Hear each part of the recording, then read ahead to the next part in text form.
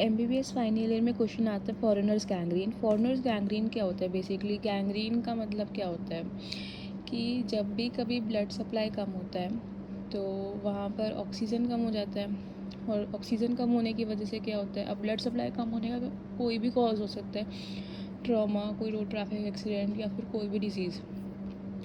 Blood supply कम हुआ, oxygen कम हुआ, क्या बना वहाँ पे? इस्कीमिया हो गया। फिर उसके बाद धीरे धीरे करके वहाँ पर क्या हुआ? नेक्रोसिस हुआ। नेक्रोसिस के बाद क्या कंडीशन आती है? गैंग्रीन। ये एक बेसिक पैथोफिजियोलॉजी है। तो गैंग्रीन हो जाता है स्क्रोटम का, उसे फॉरेनर्स गैंग्रीन बोलते हैं। इडियोपैथिक वर्ड का मतलब यहाँ पर ये है कि गैंग्रीन जो हो रहा है स्क्रोटम का, उसका कॉज हमें नहीं पता। ये एक वैस्कुलर गैंग्रीन होता है of infective origin which is caused by hemolytic streptococci or staphylococci. There will be fulminant inflammation of the scrotal skin and subcutaneous tissue, resulting in obliterative arthritis of the arterioles of the scrotal skin, leading to cutaneous gangrene. अब जो हमारे पास arteries है, जो scrotum, जो एक male reproductive organ है, उसको supply कर रही है, उसमें कहीं ना कहीं ऑब्स्ट्रक्शन आ गई है, जिसकी वजह से इस्कीमिया, फिर उसके बाद नेक्रोसिस, उसके बाद गैंग्रीन हो गया। तो वहाँ पे इन्फ्लेमेशन हुई स्क्रोटल स्किन में, सबक्यूटेनियस टिश्यू में, क्योंकि आर्टरी ऑब्लिटरेट हो गई जो स्क्रोटल स्किन को सप्लाई कर रही थी, leading to cutaneous gangrene. Cutaneous मतलब स्किन तक जा रही है। देखो, स्किन और सिर्फ टिश्यू जो है वो डिफेक्ट हो रहा है। ये कॉमन है उन पेशेंट्स में जो डायबिटिक है, ओल्ड एज हो गई है, माल नरिश्ड है, कि प्रॉपर डाइट नहीं ले रहे हैं, और इम्यूनो कॉम्प्रोमाइज्ड इंडिविजुअल्स हैं, जिनका इम्यून सिस्टम वीक है, बहुत जल्दी बीमार पड़ जाते हैं। फीचर्स क्या क्या होते हैं? ओल्ड एज में बहुत ज़्यादा कॉमन है sudden pain in the scrotum, fever and severe toxicity, very fast spreading cellulitis of the scrotum, then groin and then anterior abdominal wall।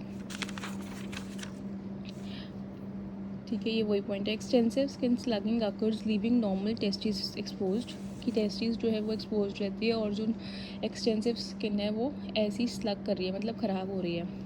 Severe toxicity is so severe, sometimes toxicity is so severe that there may be, it may go to renal failure and other complications। कई बार क्या होता है, देखो अभी तक क्या चीज़ें involve हो रही थी?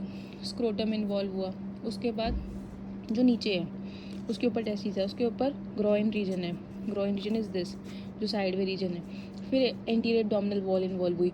लेकिन कई बार कॉम्प्लिकेशन इतनी बढ़ जाती है कि किडनी भी फेल हो जाती है।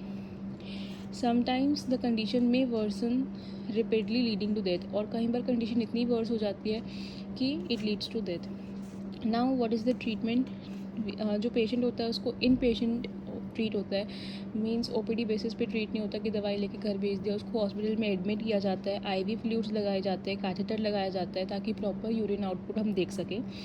एंटीबायोटिक्स दी जाती है, ब्लड ट्रांसफ्यूजन होता है, TPN, टोटल पेरेंटल न्यूट्रिशन दिया जाता है। टोटल पेरेंटल न्यूट्रिशन का मतलब ये होता है कि जितना भी न्यूट्रिशन है वो आईवी फ्लूइड के थ्रू जा रहा है मोस्टली।